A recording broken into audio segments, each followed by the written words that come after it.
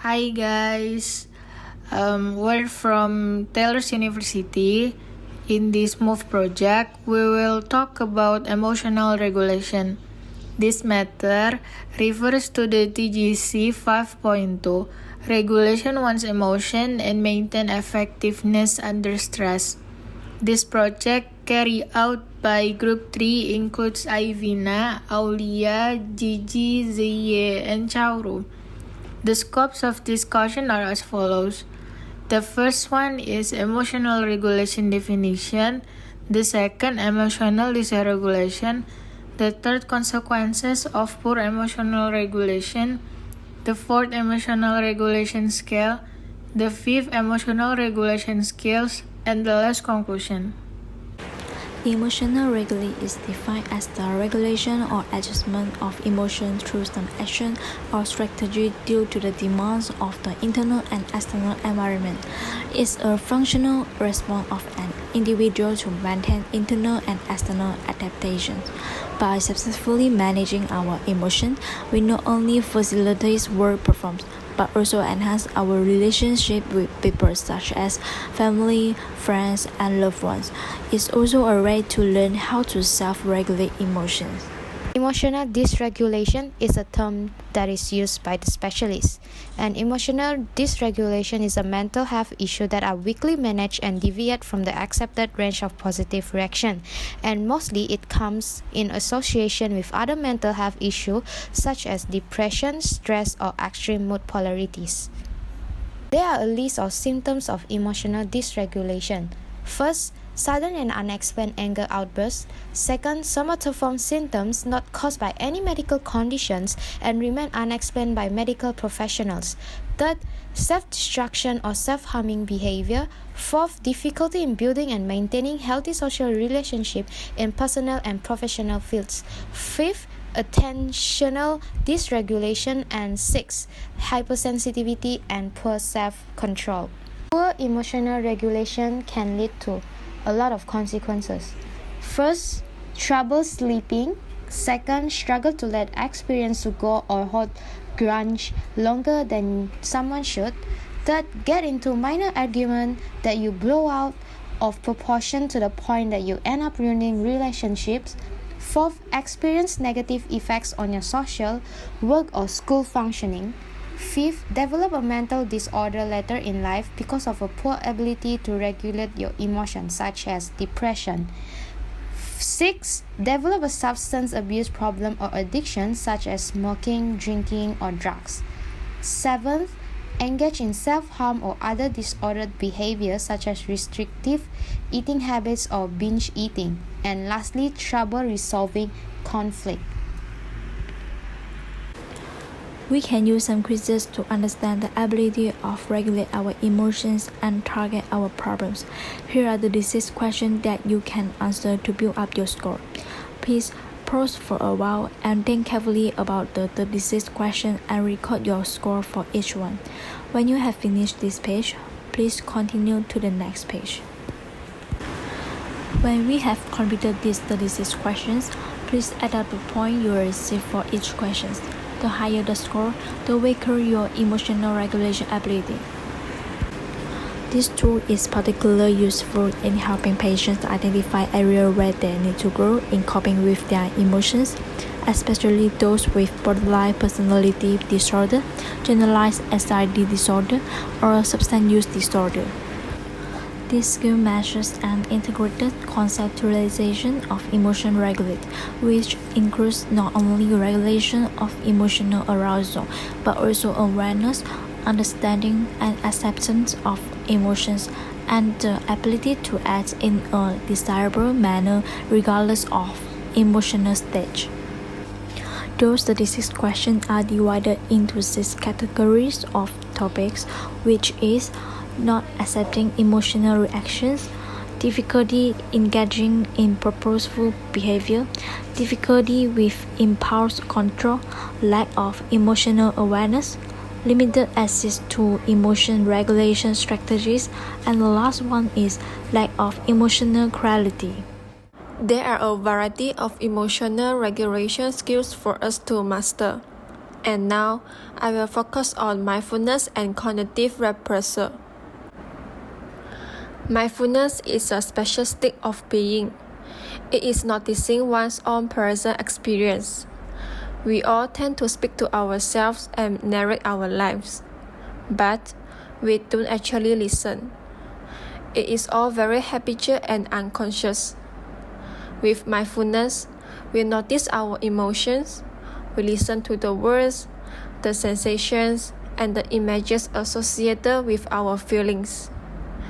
We listen in on these emotional cues as an impartial observer and with curiosity. It will let us explore and identify all aspects of the external world, including our body. After mindfulness, we can calm the storm inside and guide our actions in the right way. By practicing mindfulness daily, you will be prepared when you feel triggered into intense emotions. Much relief and insight can be obtained by practicing mindfulness. Here is a sample for us to practice mindfulness, which is mindful breathing. So, now I'm inviting you to find a comfortable posture. You can be wherever you are, closing your eyes for a moment, and just feeling your feet on the ground. Now, feeling the breath and making the breaths a little bit longer and deeper. All the way in, all the way out. When you notice that the attention runs away into the future, just bring it back to right now, right here. And then asking yourself, am I okay right now? If I don't let myself run into the future? If I'm really here in this moment, am I okay right now? And the answer almost always is yes, you are. So, here you are. Thank you. Try to do this mindful breathing exercise for 5 to 10 minutes a day. It will bring a lot of benefits, not just for your emotional life, but also for your nervous system, mental health, and physical health. The next emotional regulation skill is the cognitive reappraisal method. It is an essential component of psychotherapies like cognitive behavioral therapy, CBT, and anger management. Cognitive reappraisal involves altering the way we think.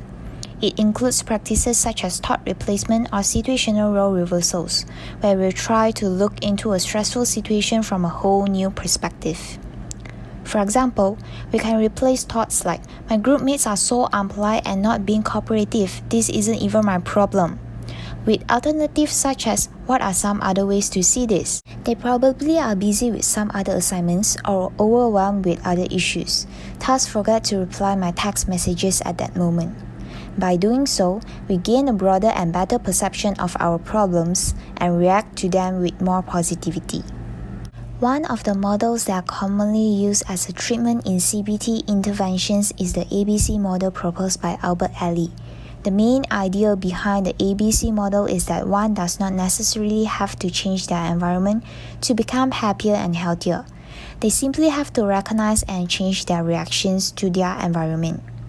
This takes a little self-awareness, but that's something we all are able to do with a bit of effort.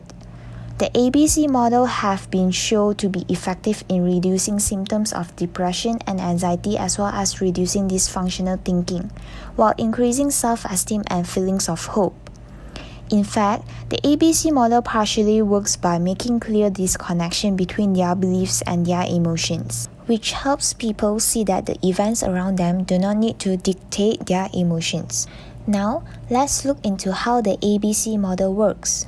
So in ABC model, A stands for activating event, B stands for beliefs, C is the consequences, while D is the disputation of beliefs, and lastly, E is the effective new beliefs. There are several questions to help you to complete this worksheet. You may pause the video and take some time to think for the answers. In activating event, ask what has happened. What did I or others do? In beliefs, what was the unhelpful thoughts that I have towards the activating event? What went through my mind? For consequences, what was the unpleasant emotions that I felt? What was the unpleasant actions that I did?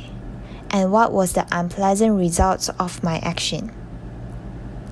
Now let's move on to the disputation process. What is the evidence that my belief is true? In what way is my belief helpful or unhelpful?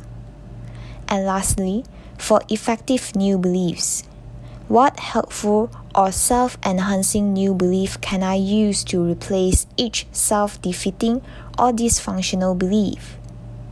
What are my new feelings? By answering those questions, you have completed the ABC model worksheet. I hope you find this ABC model helpful and use this worksheet whenever you are facing any unpleasant events. In conclusion, general emotional regulation issues such as depression, stress, and emotional instability may lead to unexpected decisions towards oneself. For your own good, acknowledge the kind of issue and utilize the emotional regulation scale or consult with the professionals. Start reducing the adverse effects by using emotional regulation skills. There are mindfulness, cognitive reappraisal, and the ABC model. That's all from us. Thank you guys for watching. Hope this video will enhance your knowledge about emotional regulation.